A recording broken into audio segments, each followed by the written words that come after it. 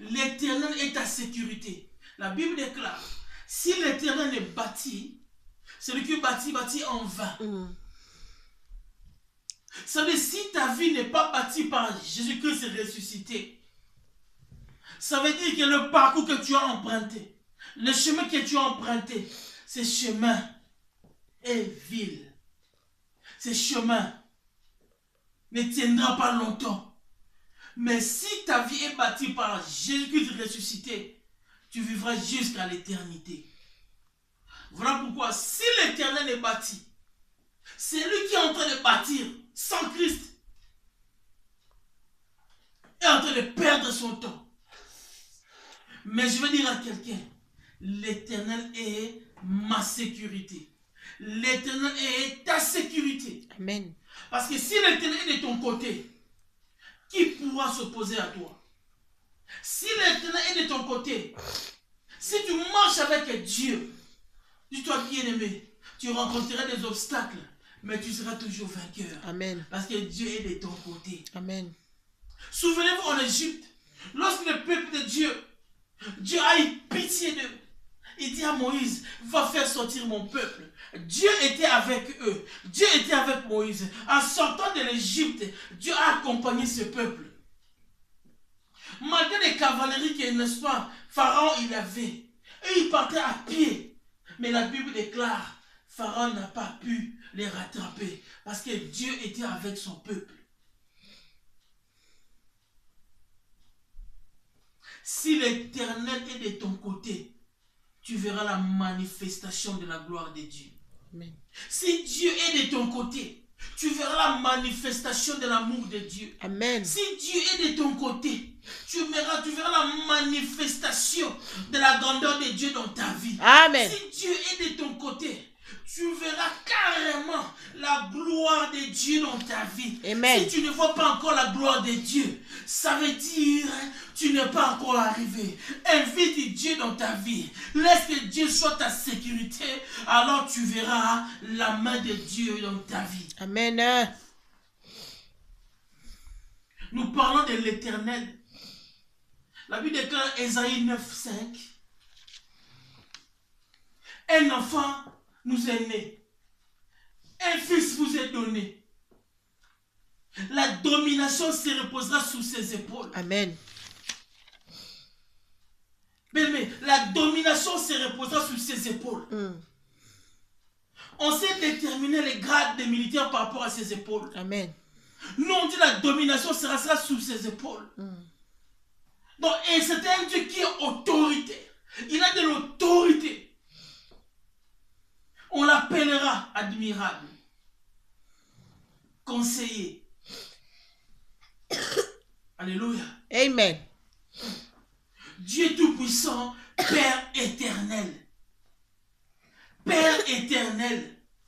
Il est l'Éternel.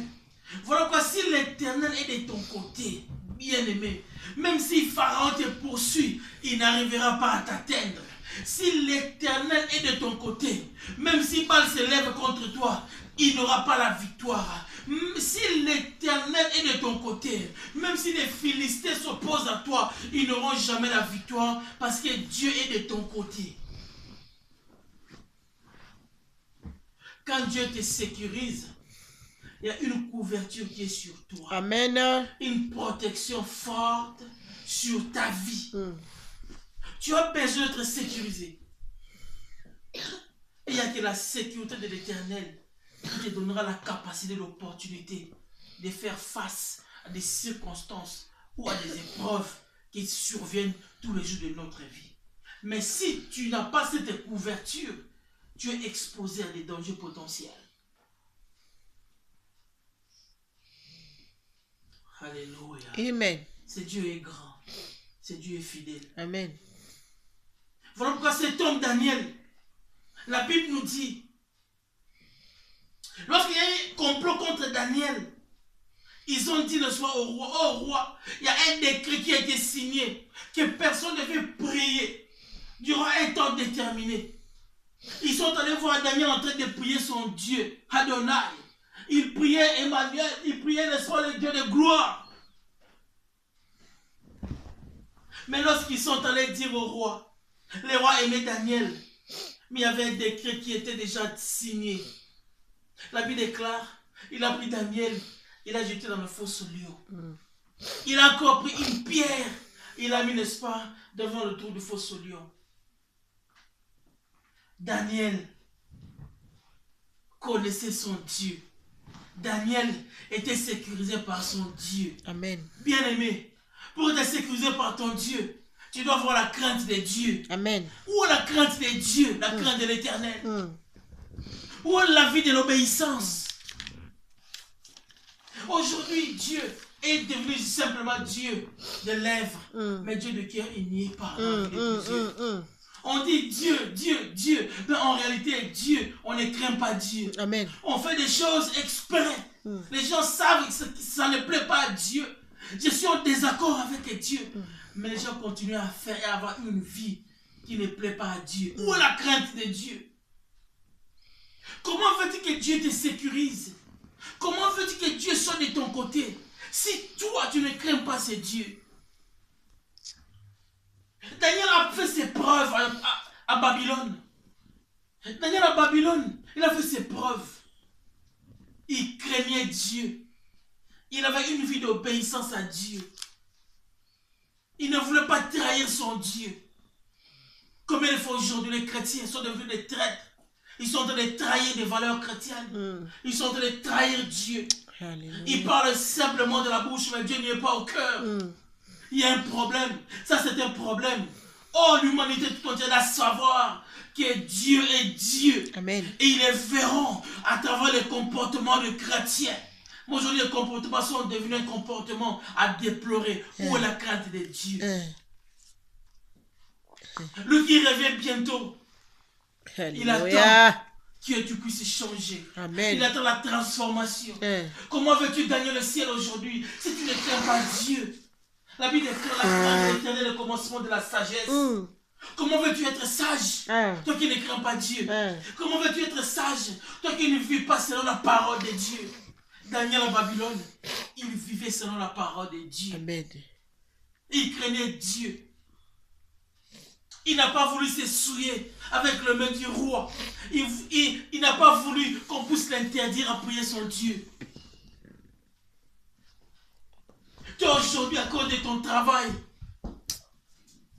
tu refuses d'adorer ton Dieu. À cause des promotions, tu trahis Dieu. À cause d'une situation confortable, tu mets Dieu de côté. Oh, Dieu doit être, n'est-ce pas, au premier plan de ta vie. Amen. Dieu passe avant tout. Amen. Moi aujourd'hui, Dieu passe au second point dans la vie de plusieurs.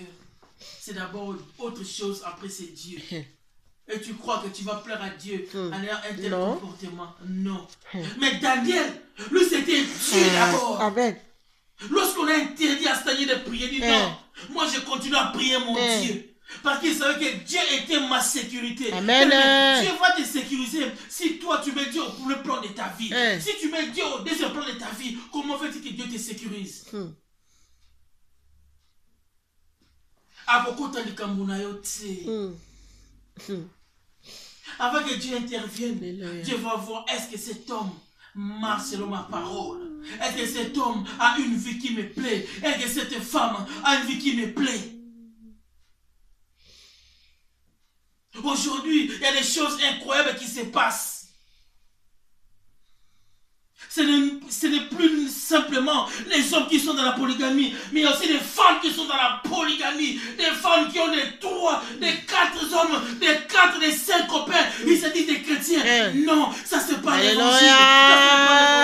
Ça ce n'est pas l'évangile. Amen. Ça ce n'est pas l'évangile. Ce n'est pas l'évangile de Christ. L'évangile que je connais de Christ, c'est un homme et une femme. Amen. C'est un homme et une femme. Aujourd'hui, c'est devenu une histoire auquel les femmes ont, n'est-ce pas, 2, 3, 4 maris. Ce n'est pas normal. Les choses anormales sont devenues normales. Tu verras une jeune fille avec 4-5 copains et elle en est fière. Tu vois un homme avec 6-5 copines, il en est fier. Amen. Oui, j'ai du succès auprès de ces filles. Alléluia. J'ai du succès auprès des hommes. Non, tu as des problèmes.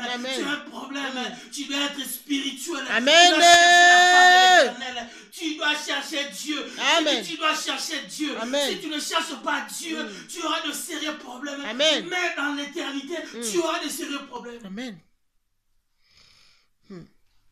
Nous parlerons de Christ ressuscité. Amen. Parce qu'il est ressuscité. Il est descendu avec un corps humain. Afin que toi tu puisses avoir la vie. Ce n'est pas en vain qu'il est descendu. Daniel à Babylone, la Bible nous dit, était dans la fosse au lion. Bien aimé, la fosse au lion. Un homme qu'on a mis dans la cage avec le lion.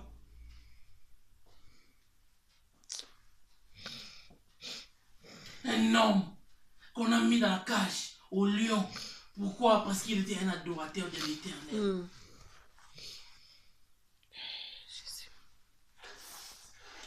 Quel courage qu'il avait, Daniel.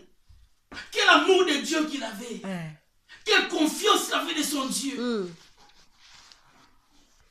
Est-ce que tu as confiance en ton Dieu? As-tu confiance en l'Éternel? À chaque chose qui t'arrive, tu paniques. Daniel n'a pas paniqué. Il a démontré, si l'Éternel est de mon côté, qui sera contre moi? Il a pris le courage. Il a continué à adorer Dieu. Il continue à adorer Dieu parce qu'il savait que Dieu était sa sécurité. Est-ce qu'aujourd'hui tu peux te lever et dire Dieu est ma sécurité? Est-ce que tu peux aujourd'hui dire Dieu est ma sécurité? Mais Daniel était capable de dire Dieu est ma sécurité par les actes. Il craignait Dieu. Il obéissait à la parole de Dieu. Alléluia. Lorsque le roi a mis son sceau, on a mis cet homme dans la fosse au lion. Même le roi a gêné. Le roi est resté en jeûne. Parce qu'il aimait Daniel. Il aimait Daniel. Même le roi, il n'a pas voulu de concubines autour de lui. Il est resté en jeûne. Il ne souhaitait pas la mort de Daniel. Mais il y avait un décret qui était déjà signé.